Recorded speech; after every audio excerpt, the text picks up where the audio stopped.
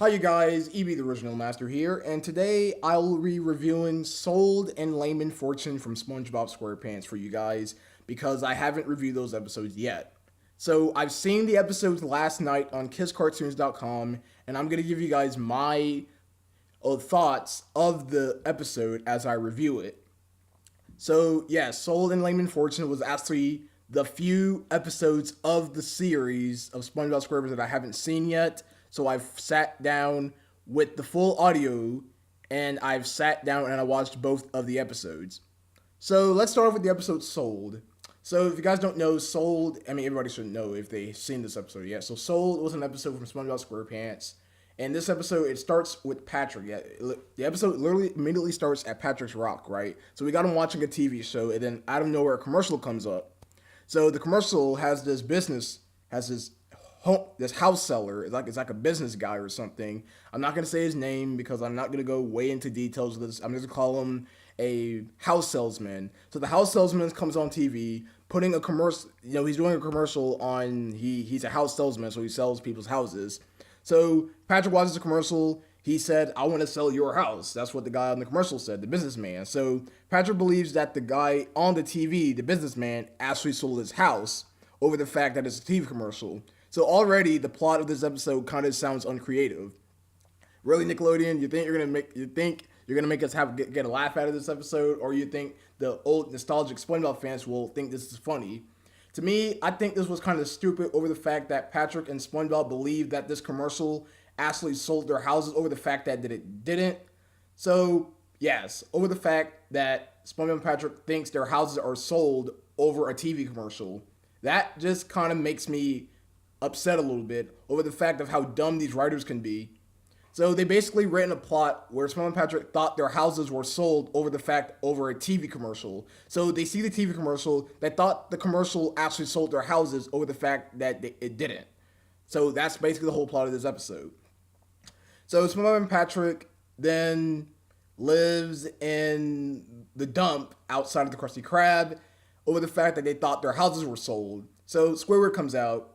No, Squidward realizes that SpongeBob and Patrick are not there, so Squidward usually wakes up hearing the annoying sounds of SpongeBob and Patrick. So Squidward's having a nicely, lovely day at work instead of being annoyed by SpongeBob and Patrick.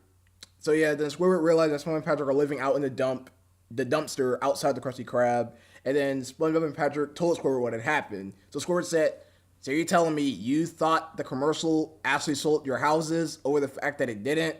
So basically, Squidward is telling SpongeBob and Patrick that just because the businessman said he wants to sell your house doesn't mean your house is automatically sold right away. It's just a commercial.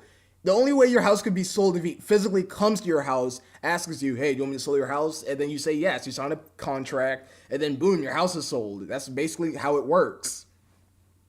So this is where the humor kicks in, which I believe that is not humor.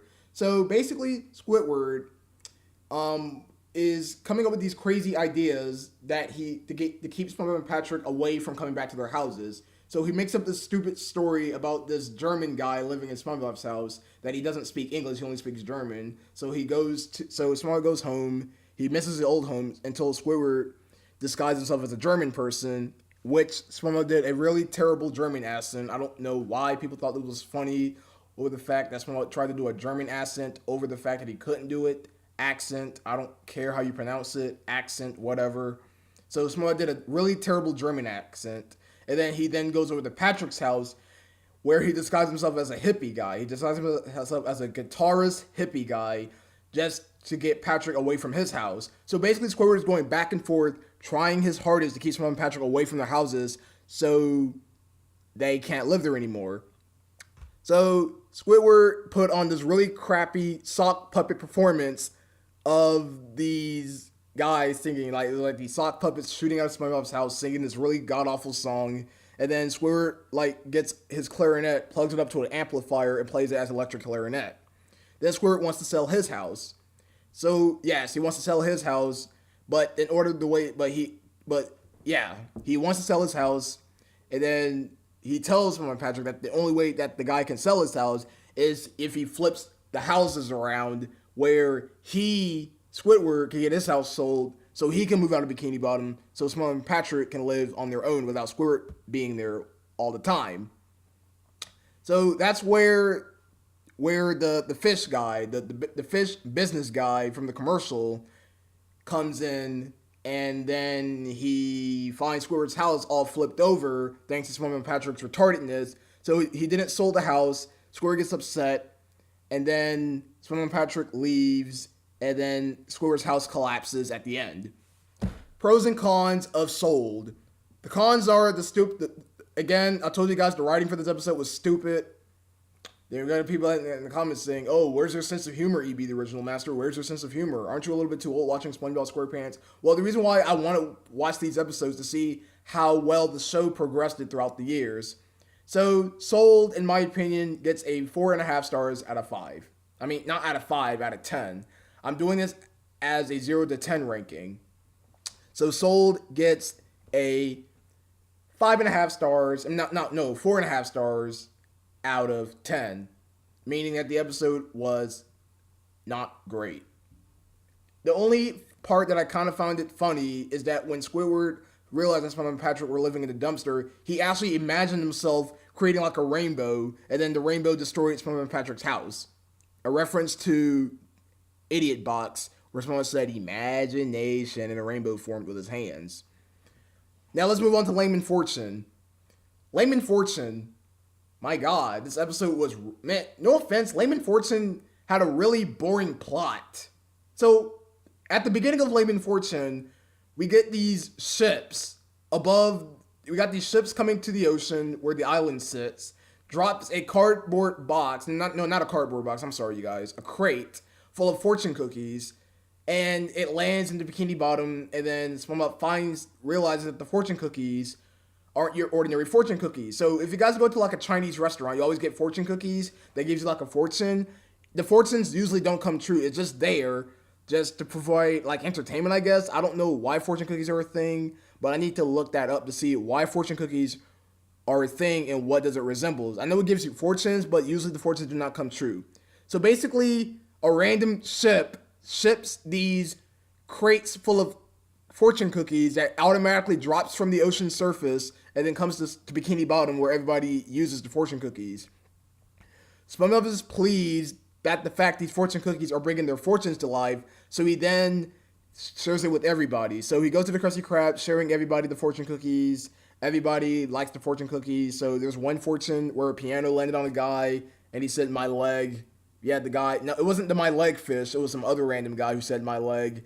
That joke is kind of getting old, you guys. I know it's an original, hilariously quote, but as it progresses, it starts to fade away and it loses its hope and joyness. So the fortune cookies are working, and everybody loves the fortune cookies. But Plankton realizes that he hears about the fortune cookies, and then he wants to create his own fortune cookies, but he wants to reverse the good to bad. So he makes his own fortune cookies, but it turns out everything he writes is evil things. So basically, it's basically the opposite of what everybody's doing in the Krusty Krab. The fortune cookies there are nice, but Plankton's fortune cookies are evil. So Plankton then gives everybody the evil fortune cookies, which had some really bad things. So one of the fortunes said that if you eat at the chum bucket, you will get more fortunes. I'm not sure if it said that, because I'm not going way into details. I'm just spewing out random stuff because I'm under a time limit of how I upload these videos. So then SpongeBob and Patrick, oh my God, not Patrick. Patrick was nowhere in this episode. I'm sorry. SpongeBob and Mr. Krabs realizes that the fortune cookies are evil, so they go to investigate. So there's actually this one funny moment in this episode where Plankton discovered the fortune cookies, and then he reads one of the fortunes, and then Karen said something about their marriage, which kind of got me saying, ooh, that's kind of harsh. And then there was another evil fortune where if you don't give up the Krabby Secret formula, Mr. Krabs will die. So there's like this really hilariously moment of them hosting a funeral at Mr. Krabs' house. We saw Grandpappy the Pirate, we saw Pearl, who seemingly was happy that Mr. Krabs is dead. I mean, he really didn't die. He was just imagining his death. And then, so, they go to the chum bucket, give Plankton the formula, And then the phone rings right in the middle of me reviewing this episode. I am sorry, you guys. I'm really sorry. The phone just rings randomly. I'm not going to stop this recording because that will make it unnecessary. So ignore the phone in the background. Ignore it. I don't know who's calling, but other than that, let's forget about it. So the ending of Flame and Fortune, SpongeBob and Mr. Krabs arrives at the Chum Bucket, where Plankton then feeds everybody the chum. Everybody doesn't like the chum. The chum is disgusting. And then we got this really, really pointless scene of Plankton and SpongeBob pretending the customers' heads were like ocean waves. So we got Plankton on a canoe. Why is he in a canoe? What are the writers and the storyboard artists doing at this point? Are they trying to provide filler for this episode, Lame in Fortune? I mean, the title card was misleading. The title card for this episode was misleading. It just shows a god-awful sunset of the Bikini Bottom skies with the word Lame in Fortune with this really unnecessary Irish music that played in the episode Muttley and the Krusty, which came out after Lame in Fortune. It came out like in October, I guess. I think Lame in Fortune came out like in July or something. Yeah, Lame in Fortune came out in July, and Muttley and the Krusty came out in October. And both episodes had the same title card music, which puts me in shame. Cut to the ending. Mr. Krabs takes the formula. Plankton tells everybody to get out. Mr. Krabs gives Plankton a really bad fortune, which ends up him in a Chinese restaurant. So Plankton ends up in a Chinese restaurant with chopsticks grabbing him, and then the guy eats Plankton, thus ending Lame in Fortune. Both episodes, Sold and Lame in Fortune, were not that great, in my opinion, you guys. I am sorry that that my sense of humor is different than yours, but you have to understand that if something that I find funny is funny, I'll laugh at it. But I'm sorry, the plots for Lame in Fortune and the plots for Sold were not the greatest, because Lame in Fortune was just ridiculously stupid. Why were there cargo ships shipping a crate full of fortune cookies in the first place? Were they accidentally shipped to Bikini Bottom? Were they supposed to be shipped to a Chinese restaurant out in the United States of America? I don't know. I mean, it was just random. We just get a random scene of a cargo ship just shipping a crate full of fortune cookies to Bikini Bottom. Why? We don't know. See, Nickelodeon just throws all these crazy ideas, and then we don't know why is it there. It's just there. And then the plot for Sold was kind of bland too. Really, Spongebob and Patrick see a TV commercial, that the TV commercial is true, that their houses are going to get sold, and then they move out? Come on, Nickelodeon. This is 2016. Make better episodes, change your music, just change your production line, please. Or just cancel SpongeBob SquarePants and keep it off the air forever. So, Lame in Fortune gets a... excuse me, you guys. Lame in Fortune gets a solid 5.5 stars out of 10. So this gets a 5.5.